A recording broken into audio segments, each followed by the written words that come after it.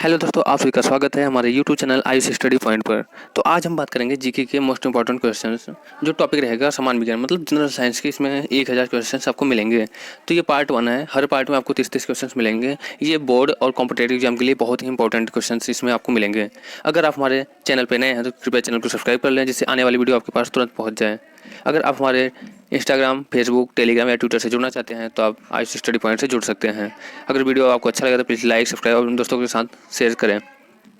चलिए दोस्तों, वीडियो शुरू करते हैं। वीडियो में लास्ट तक बने रहिएगा।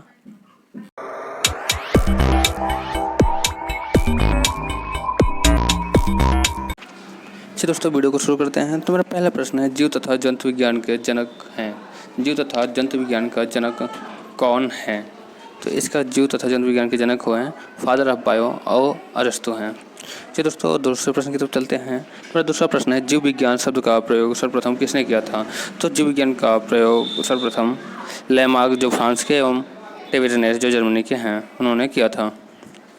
तीसरा प्रश्न है, जैव विकास को सर्वप्रथम समझाया था? तो जैव विकास को सर्वप्रथम लेमार्क ने समझाया था। चलिए दोस्तों, चौथे प्रश्न की तरफ चलते हैं। मेरा चौथा प्रश्न है, चिकित्सा शास्त्र का जनक किसे माना जाता है?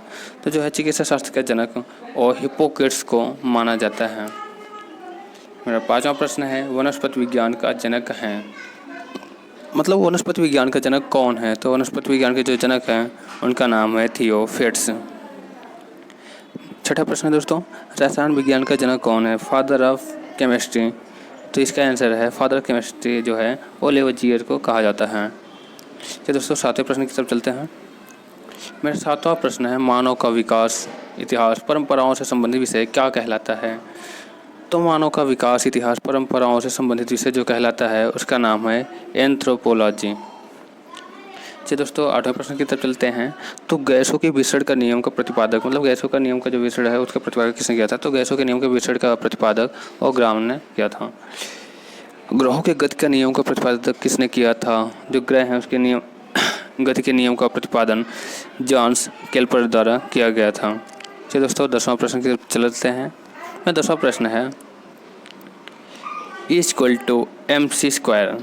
इस जो समीकरण है ये किसने दिया था? ये दोस्तों फिजिक्स का क्वेश्चन है। ये बोर्ड में बहुत बार पूछे जा चुके हैं 1 मार्क्स में। तो इसका आंसर है E=mc²। जो समीकरण दिया था उन्होंने ये आइंस्टाइन ने दिया था। जड़त्व के नियम का खोज की, मतलब जड़त्व के नियम का खोज किसने किया था? तो जड़त्व के नियम का जो खोज था वो गैलीलियो ने किया था। तो दोस्तों, 12वें प्रश्न की तरफ चलते हैं। गुरुत्वाकर्षण के नियम के प्रतिपादक कौन है? मतलब गुरुत्वाकर्षण का नियम किसने दिया था? तो गुरुत्वाकर्षण का नियम न्यूटन द्वारा दिया गया था। जो एक एप्पल था वो नीचे गिर गया था, उसी पे गुरुत्वाकर्षण का नियम अपना प्रतिपादक किया था। ये दोस्तों 13वें प्रश्न की तरफ चलते हैं। मैं 13वां प्रश्न है, प्राकृतिक वर्ण सिद्धांत के प्रतिपादक हैं। तो प्राकृतिक वर्ण का सिद्धांत जो है उसके प्रतिपादक हैं डार्विन। चलिए दोस्तों, 14वें प्रश्न की तरफ चलते हैं। उत्परिवर्तन का सिद्धांत दिया। तो जो उत्परिवर्तन होता है उसका सिद्धांत किसने दिया था? तो इसका आंसर है ह्यूगो डी ब्रिज ने उत्परिवर्तन का सिद्धांत दिया था।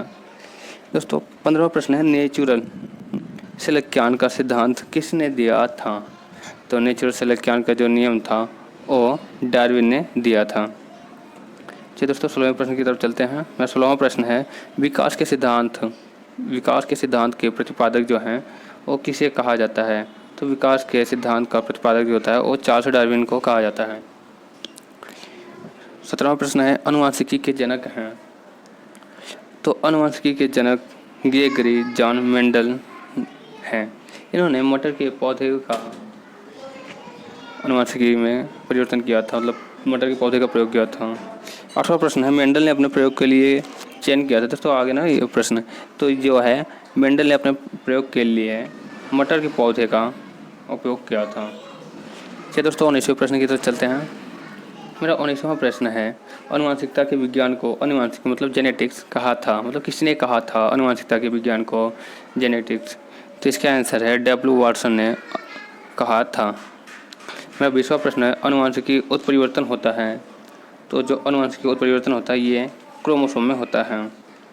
दोस्तों, 21वां प्रश्न है, सर्वप्रथम जीन शब्द का प्रयोग किसने किया था? तो सर्वप्रथम जीन शब्द का प्रयोग जोहानसन ने किया था। दोस्तों, ये बोर्ड में बहुत बार पूछे जा चुके हैं ये प्रश्न। चलिए दोस्तों, 22वें नंबर पर चलते हैं। जीन अवस्थी में होते हैं, मतलब किस अवस्थी में जीन होते हैं? तो इसका आंसर है गुणसूत्रों की अवस्था में जीन अवस्थित होते हैं। मेरा 23वां प्रश्न है, एक जीन एक एंजाइम जो सिद्धांत था उसे किसने दिया था या किसने प्रतिपादित किया था? तो एक जीन एक एंजाइम का सिद्धांत जो था ऑर्बिटल एवं टैटम ने दिया था। मेरा 24वां प्रश्न है, खून का रंग लाल है, क्यों है? किस कारण खून का रंग लाल होता है? दोस्तों हमने देखा है, मतलब हमारे खून का जो रंग होता है लाल होता है, किस कारण होता है? ये बोर्ड व कॉम्पिटेटिव एग्जाम के लिए दोनों के लिए बहुत महत्वपूर्ण है। तो खून का रंग जो लाल होता है वो हीमोग्लोबिन के कारण होता है। हीमोग्लोबिन नामक पदार्थ होता है जिसके कारण खून का रंग लाल होता है। चलिए दोस्तों 25वें प्रश्न की तरफ चलते हैं। हीमोग्लोबिन में पाया जाने वाला तत्व है। तो हीमोग्लोबिन में जो पाया जाता है वो Fe मतलब आयरन लोहा पाया जाता है। हीमोग्लोबिन यौगिक है, किसका यौगिक है? तो हीमोग्लोबिन प्रोटीन का यौगिक है। दोस्तों 27वां प्रश्न है, खून थक्का नहीं जानता। खून का थक्का कब नहीं जमता, किस रोग में नहीं जमता? जिसके आंसर है हीमोफीलिया रोग में खून का थक्का नहीं जमता। चलिए दोस्तों 28वें प्रश्न की तरफ चलते हैं। मेरा 28वां प्रश्न है, शरीर के अंदर रक्त जमने से रोकता है।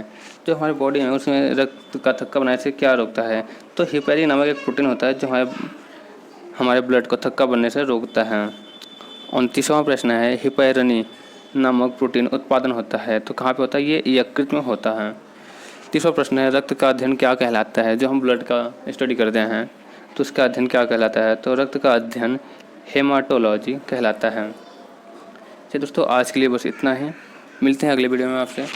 अगर ये वीडियो आपको अच्छा लगा है तो कृपया लाइक्स करें, दोस्तों के साथ शेयर करें। अगर आप हमारे चैनल पर नए हैं कृपया चैनल को सब्सक्राइब कर लें जिससे आने वाली वीडियो आपके पास तुरंत पहुँच जाएँ। दोस्तों ये पार्ट 1 था, इसमें 30 प्रश्न हैं। हर एक पार्ट में आपको 30-30 प्रश्न मिलेंगे। धन्यवाद दोस्तों।